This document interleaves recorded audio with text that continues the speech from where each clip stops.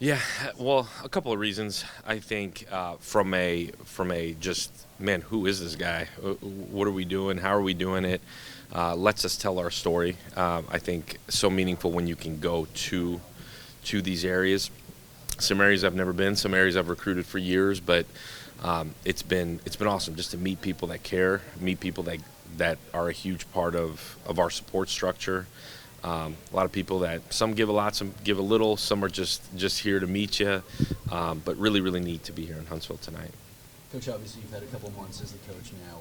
What do you think has surprised you most about the way Auburn fans react to seeing you, and what's been fun about that? Yeah, I think the passion is real.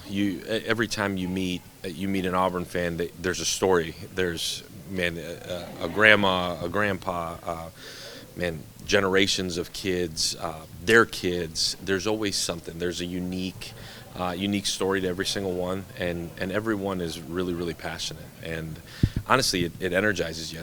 You come back in that office, and because you're kind of hidden in your own little world most of the time, but it puts it in a little bit of perspective. Man, like there's a lot of people that care. This is really important to a lot of people, and not that you need any motivation, but it certainly helps.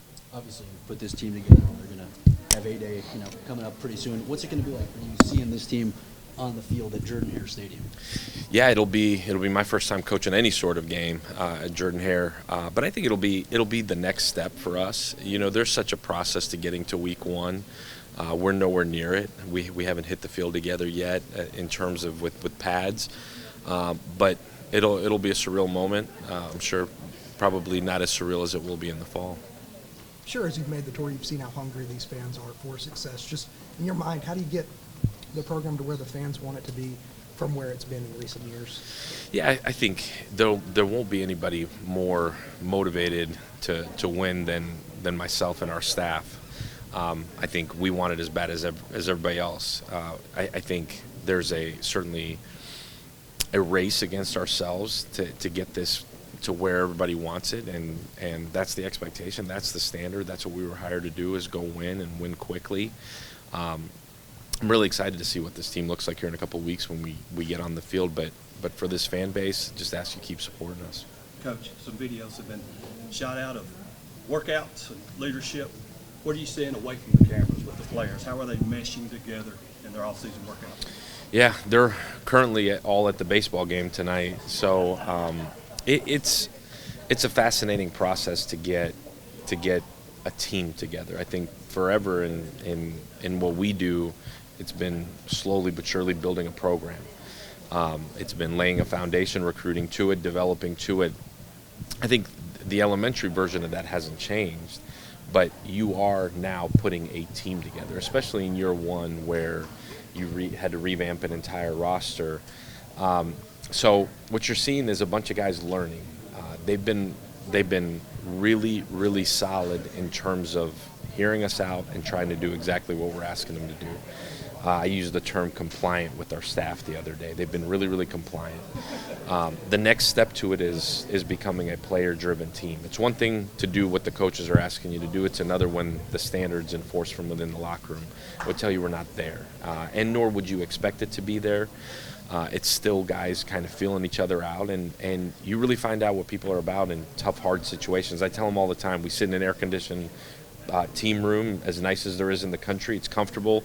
Everybody's going to say, yes, sir, nod their head. And then we go out on the field, and you make it really, really hard. You put them in tough situations. You make them communicate. You see who steps up as a leader.